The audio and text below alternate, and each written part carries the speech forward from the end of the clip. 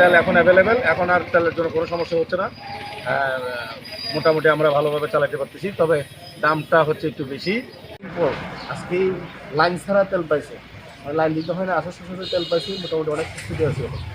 এই কদিন আমরা তেল নিয়ে যে বিরোধ বানাইছিলাম মানে বলার বাইরে, মানে আমরা মনে হচ্ছে তেল যখন দেয় তখন অমূল্য কোনো রতন পাচ্ছি আমরা, এমন অবস্থা।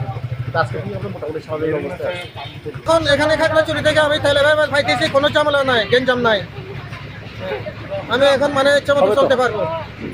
এখন তেল কোনো সমস্যা নেই, এখন আমরা স্বাভাবিক মতো তেল নিতে পারতেছি। আমি এখন 1000 টাকা নিলাম তেল।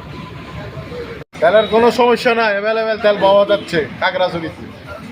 জি, আজকে আমাদের কোনো সমস্যা নেই, এরকম গাড়ির লাইনও নেই, ডিজেলেরও গাড়ির লাইন নেই, অকটেনেরও গাড়ির লাইন নেই, যা আছে স্বাভাবিক আগের মতোই। এখন থেকে আরও 1-1.5 মাস আগে যেরকম ছিল এরকম একটা করে একটা আসতেছে আমরা দেখছি। স্যার, আমি হচ্ছে ক্যাসিবিনি স্টেশনের ম্যানেজার। যে একটা আমরা জ্বালানি তেলের যে একটা সংকটাপন্ন মুহূর্ত পার করে আসছি, আজকে বিগত 39 দিন 49 দিন প্রায় সংকটের 49 দিনে আমরা দাঁড়িয়ে আছি। তবে গতকালকে আমাদের অক্টোবর আসছে, কিন্তু আজকে সেই স্বরূপে কোনো ক্রেতা নেই। তবে স্বাভাবিকভাবে এখন আপাতত স্বাভাবিক এই অবস্থায় আমাদের ইয়াতে আছে, সংকট আপাতত নেই। আমি আশরাফ এন্টারপ্রাইজ, খাগড়াছড়ি জেলা। এখন আল্লাহর মধ্যে তেলের কোনো সমস্যা নেই, আমরা পর্যাপ্ত পরিমাণ তেল পাচ্ছি।